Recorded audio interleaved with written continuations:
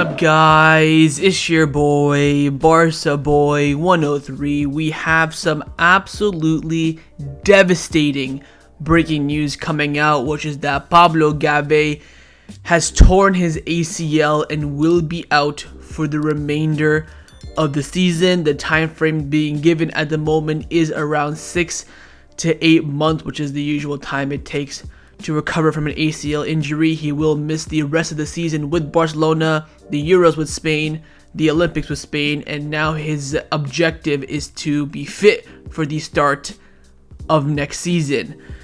I am absolutely distraught by this news because there is a lot around it. Now, Spain are playing against Georgia last night. They've already qualified for the Euros. The game means nothing.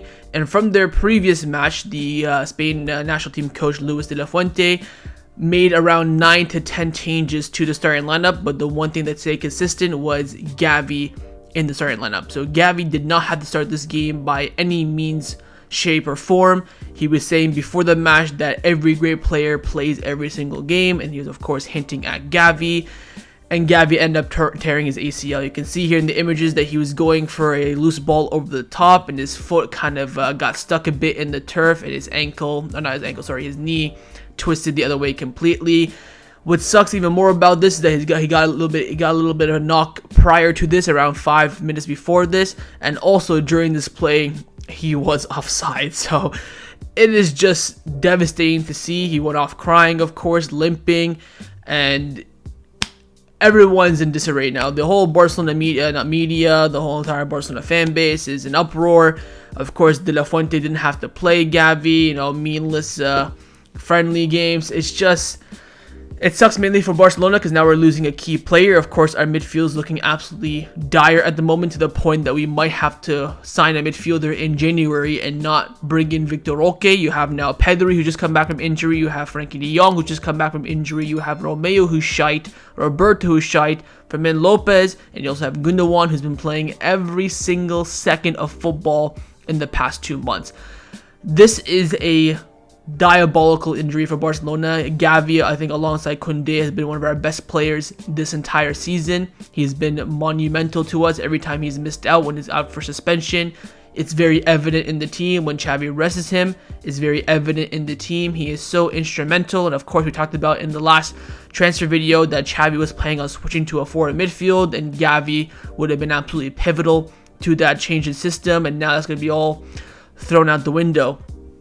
Look, with Gavi, it's going to be a long road to recovery, and the question now is, will Gavi be back to the Gavi that we know? Because ACL injuries do change players a lot, majority of the time. Some players do come back from it. I think the earliest sign that I've seen is Florian Wirtz. He tore his ACL out for 9 months. He's come back. He's been absolutely unbelievable. But a lot of players, majority of the time, when they tear their ACL, they don't come back the same. It's the same for any other injury. Look at Ansu Fati, who's out for about a year. Came back, wasn't the same. Pedri has never been able to stay fit since his 73-game season in the 2020-2021 season. Of course, if you guys remember, Xavi back in the day did also tear his ACL as well. I think it was during the 2004-2005 season. I think it was around December time, and then he came back around May, I believe. So Xavi does have the experience of tearing his ACL young, so that could be a benefit to help Gavi. Also, the only bright light, and I wouldn't even say this is a bright light, I'd rather have Gavi be fit, but there is a little bit of a bright light, which is that FIFA will be paying Barcelona 20,000 euros for every single day Gavi is out for. So Barcelona will be recuperating some money, which I guess is something, because he was injured during international duty, and FIFA have to compensate for that. So for every day that Gavi's out for the 6 to 9 months or whatever the case may be, every single day FIFA will be paying 20,000 euros to Barcelona, in which Gavi isn't available for.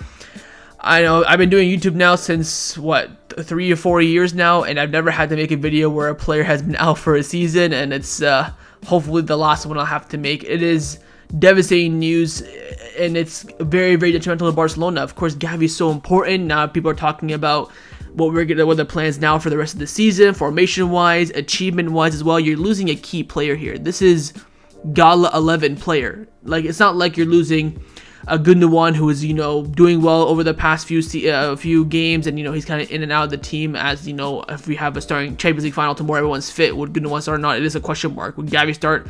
Absolutely. So it is a detrimental injury, and we're just now, ending the international break as well. This is like during the September one, you can say, what it is, but we're just now coming to the end of the international break, and in the last game, he tears his ACL. Let's hope it's some positive news. Maybe he's not going to be out for too long. Maybe it's going to be a light ACL injury where it's going to be maybe 4 to 6 months, but I think most likely will be around 6 to 8 months. It is devastating news for everyone in regards to Gavi's family, the Barcelona team, Barcelona staff, and also the Culés. Gavi's a very beloved player, and we're going to go now a year without watching him play.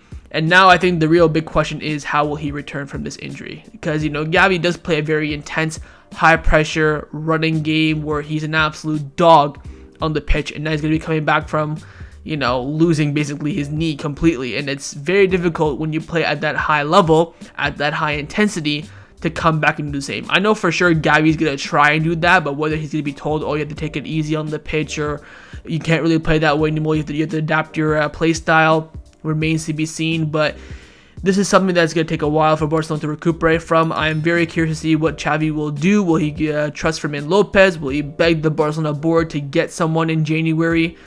I have no idea. I think a January signing is definitely on the table. Because again, Frankie's just coming back from injury. Pedri's coming back from injury.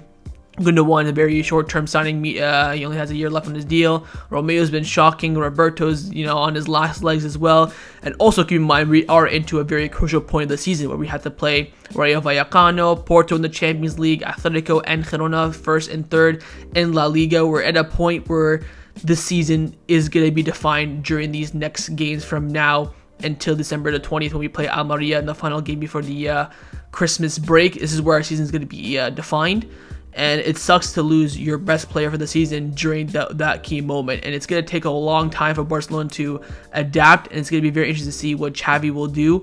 Will he, abandon the forward midfield that he wanted to play and stick with the 4-3-3? Will he then just give Fermin Lopez more of a bigger role on the side? Will he just bet on Romeo? Will we see Roberto come in? It's a lot of if buts and maybe a lot of questions to be answered, but the only question that we have answered is that Gavi is out for the rest of the season. We will not see him. He might not even be fit for the start of next season. I mean, I think the goal for him now is to make preseason for the 2024-2025 season, but he not even be back before then. I mean, it's going to be a long road to recovery for Gavi, and for his age as well and his promise in the team. It's going to be a huge, huge road ahead of him, and I wish him absolutely nothing but the best and a speedy recovery. So let me know your thoughts on the comments below on what you would do with this Gavi injury. Would you go inside midfielder? What would you do in terms of the tactics? What would you do in terms of the system? Would you trust Fermin more? What would you do in regards to that? Your thoughts on Gavi's injury, leave it all down in the comments below. And of course, make sure you guys subscribe down below as well if you haven't already. And I will see you guys next time on the channel, hopefully for bigger and better news. And we go on without Gavi, it's going to be very, very tough. So I'll see you guys next time on the channel. Take care, and Forza Barca.